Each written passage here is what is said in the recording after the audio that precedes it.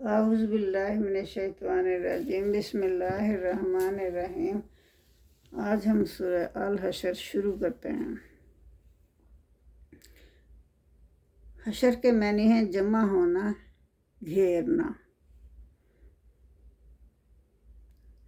یعنی کوئی لشکر وشکر جمع ہونا۔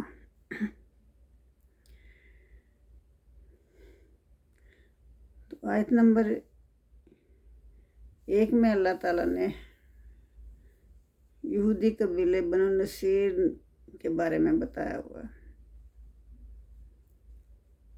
اس میں یہ ہوتا ہے کہ بنی نذیر نے مدینہ کی اسلامی ریاست سے یہ معاہدہ کر رکھا تھا کہ وہ ایک دوسرے کے حقوق پر دست درازی نہیں کریں گے۔ اس معاہدے کی وہ خلاف ورزی اکثر و بیشتر کرتے رہتے تھے۔ سب سے بڑی خلاف ورزی انہوں نے یہ کی کہ محمد صلی اللہ علیہ وسلم کو نعوذ باللہ قتل کرنے کا منصوبہ بنایا، جو عین وقت پر اللہ تعالیٰ نے بتا دیا اور اس کا راز کھل گیا۔ تو اس پر نبی کریم صلی اللہ علیہ وسلم نے الٹیمیٹم دے دیا کہ 10 دن کے اندر تم بستی خالی کر دو، یعنی مدینہ سے نکل جاؤ، ورنہ تمہاری گردنیں مار دی جائیں گی۔ تو وہ جو لوگ تھے وہ منافقین جو مدینہ میں آباد تھے نا، اوپر سے تو وہ ظاہر کرتے تھے کہ ہم مسلمان ہیں، لیکن اندر سے وہ کافر ہی تھے۔ تو ان کی شے پر انہوں نے جواب دیا کہ ہم بستی خالی نہیں کریں گے، جو کرنا ہے کر لو۔ حضور پاک صلی اللہ علیہ وآلہ وسلم نے ان کی بستی کا محاصرہ کروا لیا، اور پہلے حشر کے وقت، یعنی جب وہ مسلمان جمع ہوئے تھے نا، اسی وقت، یعنی مسلمانوں کے جمع ہونے کے ساتھ ہی انہوں نے ہتھیار ڈال دیے۔ اللہ نے ایسا روب ڈال دیا ان کے دلوں میں مسلمانوں کا کہ وہ فوراً ہتھیار ڈالنے پر مجبور ہو گئے۔ سبح للہ ما فی السماوات و ما فی الارض، تو اللہ ہی کی پاکی بیان کرتی ہے ہر چیز جو کہ آسمان میں ہے اور زمین میں ہے۔ وہ العزیز الحکیم، اور وہ غالب اور حکمت والا ہے۔ والذی اخرج الذین کفروا من اہل الکتاب من دیارہم لاول الحشر، وہی تو ہے، یعنی اللہ تعالیٰ ہی ہے جس نے نکالا ان لوگوں کو جنہوں نے کفر کیا، یعنی کافروں کو نکالا، من اہل الکتاب، اور اہل کتاب میں سے بھی، من دیارہم ان کے گھروں سے، لاول الحشر، حشر کے وقت، یعنی جب وہ جمع ہوئے تھے تو اسی وقت اللہ تعالیٰ نے ان کا فیصلہ کر دیا، اسی وقت ان کو نکال دیا۔ ما ظننتم، خیال کیا تم نے تو یہ خیال نہیں کیا تھا، ما ظننتم، تم نے یہ نہیں خیال کیا تھا کہ اخرجوا وظنوا انہم مانعاتہم حصونہم من اللہ، تو تمہارے خیال میں وہ نہیں نکل سکتے تھے، کیونکہ ان کا خیال تھا کہ ان کے جو قلعے ہیں نا، قلعوں میں ان کی بستیاں تھیں، تو کہ ان کو بچا لیں گے ان کے قلعے، کوئی بھی مسئلہ ہو تو اس وقت ان کے قلعے ان کو بچا لیں گے، اللہ سے بچا لیں گے۔ فآتَهُمُ اللَّهُ مِنْ حَيْثُ لَا يَحْتَسِبُونَ، تو پھر اللہ ان پر آ گیا وہاں سے جہاں سے انہیں گمان بھی نہ تھا۔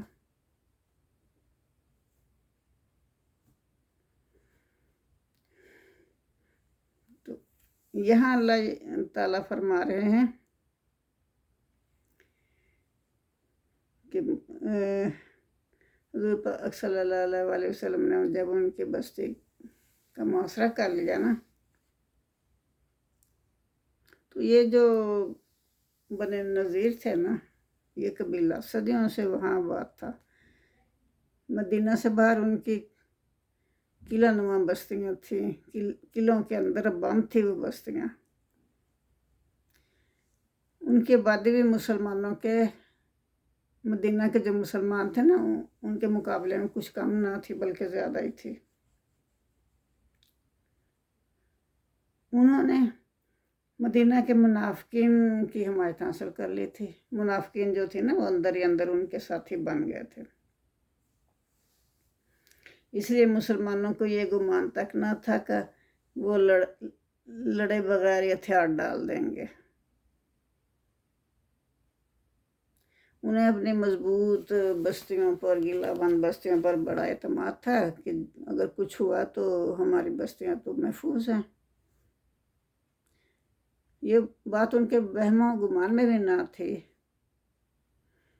کہ بغیر لڑے ہی یہ مسلمان فتح حاصل کر لیں گے.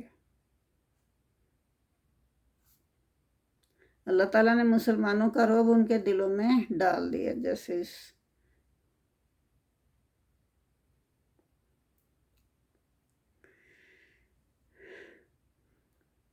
تو وقذف اور ڈال دیا فی قلوبہم الرعب، ان کے دلوں میں رعب اللہ تعالیٰ نے ڈال دیا. مسلمانوں کا رعب ان منافقوں کے دلوں میں بھی ڈال دیا اللہ تعالیٰ نے، اور یہودیوں کے دلوں میں بھی ڈال دیا. بنو نذیر جو تھے نا وہ یہودی تھے، ان کے دلوں میں بھی اللہ نے رعب ڈال دیا مسلمانوں کا. یخربون بیوتہم فی بایدہم، تو وہ اپنے گھروں کو برباد کرنے لگے. یخربون، برباد کرنے لگے اپنے گھروں کو اپنے ہی ہاتھوں سے، جو انہوں نے اتنے شوق سے بنائے ہوئے تھے، محنت سے بنائے ہوئے تھے. ان کے مطلب اس شرط پر ان کو نہ جانے کی اجازت دی گئی. محمد صلی اللہ علیہ وسلم کی طرف سے یہ شرط عائد کی گئی کہ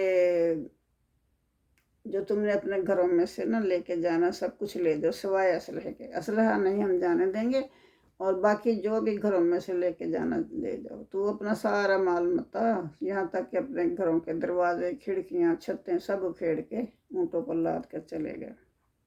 کوئی لڑائی وڑائی نہیں کی، اپنے گھر اپنے ہاتھوں سے انہوں نے برباد کیے. یہ کتنی بڑی سزا تھی ان کے لیے. اور مسلمانوں نے جنگی کارروائی کرنے کے لیے ان کی قلعہ بند جو بستیاں تھیں وہ توڑ دیں، اور خود انہوں نے اپنے گھر جو کبھی بڑے شوق سے بنائے تھے وہ خود ہی توڑ دیے. تو اس کے بعد جب انہوں نے رسول صلی اللہ علیہ وسلم سے اس شرط پر صلح کی کہ ہماری جان بخشی کر دی جائے، تو محمد صلی اللہ علیہ وسلم نے اس شرط پر کہ ہاں تم چلے جاؤ، لیکن یہاں سے اسلحہ نہیں لے جا سکتے، اور جو جانا لے کے چلے جاؤ. تو آیت نمبر 3 میں وہی اللہ تعالیٰ فرما رہے ہیں کہ اگر ان کے حق میں اللہ تعالیٰ نے پہلے ہی جلا وطنی نہ لکھ دی ہوتی، اللہ نے تو پہلے ہی ان کے حق میں جلا وطنی لکھ دی تھی. اگر نہ لکھی ہوتی تو وہ پھر وہ وہاں گاجر مولیوں کی طرح کاٹ دیا جاتا ہے. ان کی سب عورتیں جو ہیں وہ قید کر لی جاتی ہیں، بچے قید کر لیے جاتے،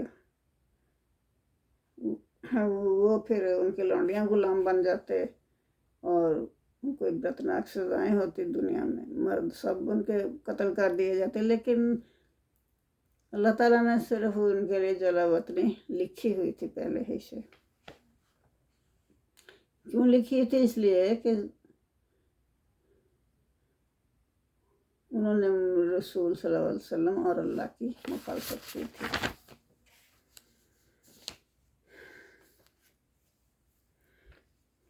تو وَقَذَفَ فِي قُلُوبِهِمُ الرُّعْبَ يُخْرِبُونَ بُيُوتَهُم بِأَيْدِيهِمْ وَأَيْدِي الْمُؤْمِنِينَ فَاعْتَبِرُوا يَا أُولِي الْأَبْصَارِ، بس عبرت حاصل کرو اے آنکھوں والو. یعنی عقل کی آنکھوں سے دیکھو اور عبرت حاصل کرو کہ کیا کیا اللہ نے ان کے ساتھ. ولولا ان کاتب اللہ علیہم الجلاء، اگر ان کے لیے ان کے بارے میں اللہ تعالیٰ نے نہ لکھ دی ہوتی وہی جلا وطنی، تو پھر لا عذابہم، تو پھر دنیا، تو انہیں دنیا ہی میں عذاب دے دیا جاتا۔ وَلَهُمْ فِي الْآخِرَةِ عذاب النار، اور ان کے لیے آگ کا عذاب تو تیار ہی ہے، وہ تو انہیں ملنا ہی ملنا ہے۔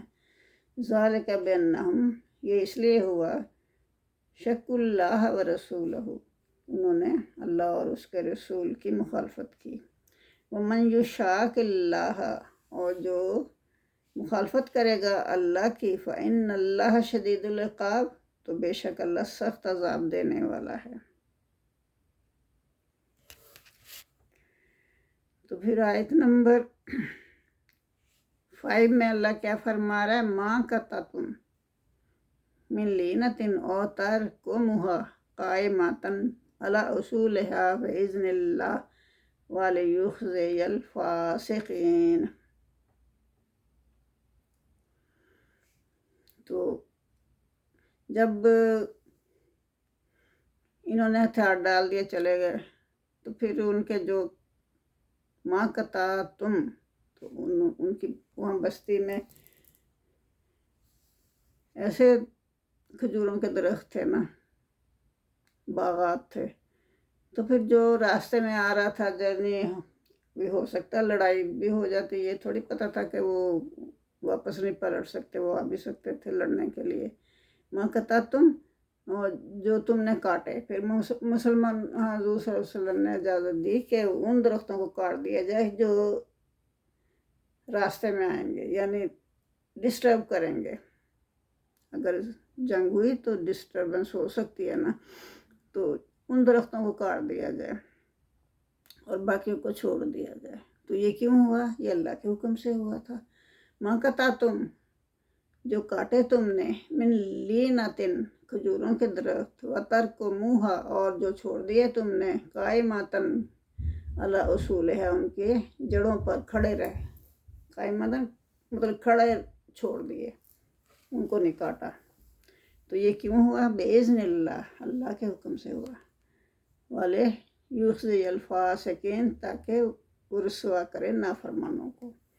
تو یہ جب مسلمانوں نے کاٹ دیے درخت، تو یہ جو منافق تھے یا یہود تھے، یہ واویلا کرنے لگے کہ ہرے بھرے باغات کاٹ دیے ہیں۔ تو اس پر تو ان پر تو پھر اللہ تعالیٰ اس کی بھی پرسش کرے گا۔ تو اب مسلمان بھی پریشان ہو گئے کہ ہاں، ہو سکتا ہے ایسے ہی نہ ہو کہ ہم بن موت مارے جائیں، یہ ہمارے اوپر گناہ ہو۔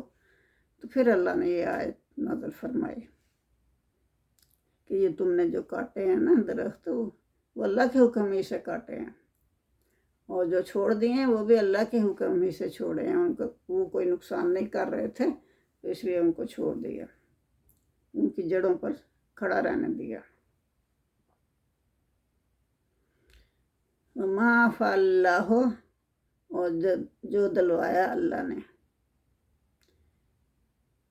عَلَىٰ رَسُولِهِ، اپنے رسول کو، منہم، ان سے،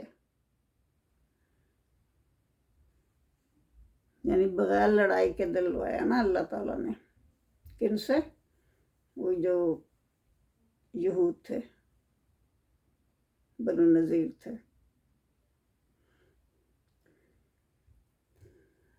وَمَا عَفَا اللَّهُ، جو اللہ نے دلوایا اپنے رسول کے ذریعے سے، منہم، ان کو، ان سے، منہم، ان سے دلوایا، فما، اور جفتم، کہ نہیں تم نے گھوڑے دوڑائے اس پر، یعنی کہ کوئی جنگ ونگ نہیں ہوئی، اور جفتم، دوڑائے تم نے گھوڑے نہیں اس پر،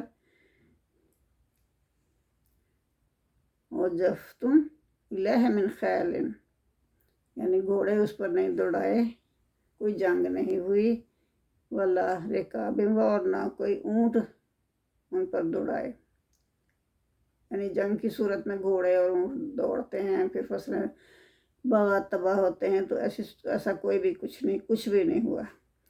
تو اللہ نے کیا کیا؟ تو اللہ ولیکن اللہ لیکن اللہ یسلط رسولہ اپنے رسولوں کو مسلط کر دیتا ہے علی من یشاء جس پر چاہتا ہے. یعنی رسولوں کا رعب اتنا ہوتا ہے کہ اللہ ان کو ان کافروں پر مسلط کر دیتا ہے جن کو شکست دینی ہوتی ہے، تو اس رعب ہی سے وہ مارے جاتے ہیں. جب اللہ مسلط کر دیتا ہے نا اپنے پیغمبروں کو، تو پھر ان پیغمبروں کے رعب ہی سے وہ لوگ مارے جاتے ہیں، شکست کھا جاتے ہیں. واللہ اور اللہ علی کل شیء قدیر ہر چیز پر قادر ہے. ما فعل اللہ علی رسولہ اور جو اللہ نے دلوایا اپنے رسول کے ذریعے سے من اہل القریٰ بستی والوں کو، فللہ پھر وہ اللہ ہی کے لیے ہے، والے رسول اور رسول کے لیے ہے، والے ذی القربیٰ تو کس کے لیے ہے، رشتہ داروں کے لیے، والیتامى والمساکین یتیم اور مسکینوں کے لیے، وابن السبیل اور مسافروں کے لیے، کہ لا یکون دولۃ بین اغنیاء منکم تاکہ یہ جو دولت ہے نا وہ دولت مندوں ہی میں نہ گردش کرتی رہے، اس لیے اللہ نے یہ کام کیا. وما آتاکم الرسول فخذوہ جو اللہ کا رسول تمہیں دے اس میں سے لے لو اور کھا لو. وہی لو جو اللہ کا رسول تمہیں دے. وما نہاکم ہو جس سے منع کر رہا ہو، جس سے ان کو منع کرے فانتہوا تو پھر باز آ جاؤ، منع ہو جاؤ. واتقوا اللہ اور اللہ سے ڈرو، ان اللہ شدید العقاب بے شک اللہ سخت عذاب دینے والا ہے.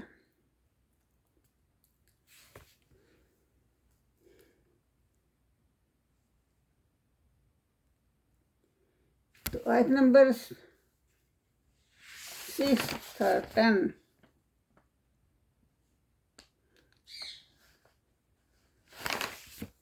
کیا فرما رہے ہیں اللہ تعالیٰ آیت نمبر 6 میں، ما فعل ہو جو اللہ نے دلوایا اللہ رسول ہی اپنے رسول کو من اہل القریٰ بستی والوں میں سے،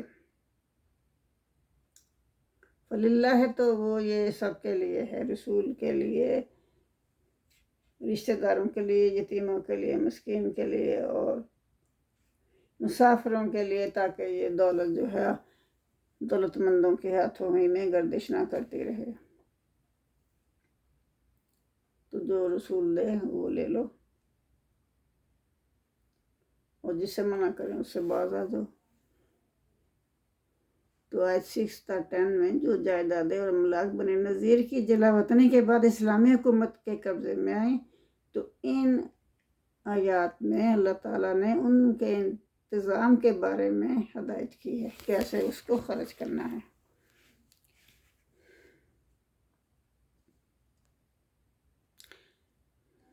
للفقراء المہاجرین الذین اخرجوا من دیارہم، تو محتاج کے لیے ہیں، مہاجروں کے لیے ہیں، الذین اخرجوا جو نکالے گئے اپنے گھروں سے، من دیارہم اپنے گھروں سے، واموالہم اور اپنے مالوں سے، یبتغون فضلا من اللہ ورضوانا وینصرون اللہ ورسولہ تو وہ چاہتے ہیں اللہ کا فضل اور اللہ کی خوشنودی. ینصرون اللہ اور اللہ مدد کرتا ہے، ورسول ینصرون اللہ اللہ مدد کرتا ہے، ورسولہ اور اس کے رسول کی، اولئک هم الصادقون یہی سچے ہیں. یعنی کہ اللہ کے فضل اور خوشنودی کے طلبگار اور اللہ اور اس کے پیغمبر کے مددگار ہیں. جو سچے مسلمان ہیں نا وہ اللہ کی خوشنودی چاہتے ہیں اور اللہ بھی مدد کرتا ہے اپنے رسول کے ذریعے سے ان کی. یہی سب لوگ سچے ہیں. والذین تبوؤ اور کچھ ایسے بھی لوگ تھے نا جو پہلے ہی مدینہ میں ہجرت سے پہلے ہی آباد تھے، وہ مسلمان تھے.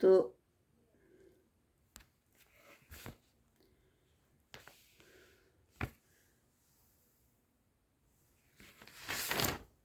والذین تبوؤا الدار والایمان من قبلہم ویحبون من ہاجر الیہم ولا یجدون فی صدورہم حاجۃ مما اوتوا ویؤثرون علی انفسہم ولو کان بہم خصاصۃ. تو ان کے دل میں تنگی بھی نہیں کبھی آئی نا ان کے لیے، مہاجروں کے لیے. ومن یوق شح نفسہ فاولئک هم المفلحون. تو اس میں یہ فرمایا گیا ہے کہ جو لوگ بچا لیے گئے نفس کے بخل سے تو وہی فلاح پانے والے ہیں. والذین جاؤوا من بعد یقولون ربنا اغفر لنا ولاخواننا. اور جو لوگ اس کے بعد آئے انہوں نے کہا کہ اے ہمارے رب ہمیں بخش دے، ہمارے بھائیوں کو بھی بخش دے، ان بھائیوں کو جنہوں نے جو سبقت لے گئے ہم سے ایمان میں. وَلَا تَجْعَلْ فِي قُلُوبِنَا. اور نہ تو پیدا کر ہمارے دلوں میں غِلًّا لِّلَّذِينَ. ان لوگوں کے لیے کوئی بھی کینہ اور حسد، ایمان والوں کے لیے ہمارے دلوں میں کوئی بھی کینہ اور حسد پیدا نہ کرنا. ربنا انک رؤوف رحیم. بے شک تو اے ہمارے رب، بے شک تو رحم کرنے والا اور شفقت کرنے والا ہے. سبحان اللہ. جزاک اللہ. اللہم صلی علی محمد وعلی آل محمد کما صلیت علی ابراہیم وعلی آل ابراہیم انک حمید مجید. اللہم بارک علی محمد وعلی آل محمد کما بارکت علی ابراہیم وعلی آل ابراہیم انک حمید مجید.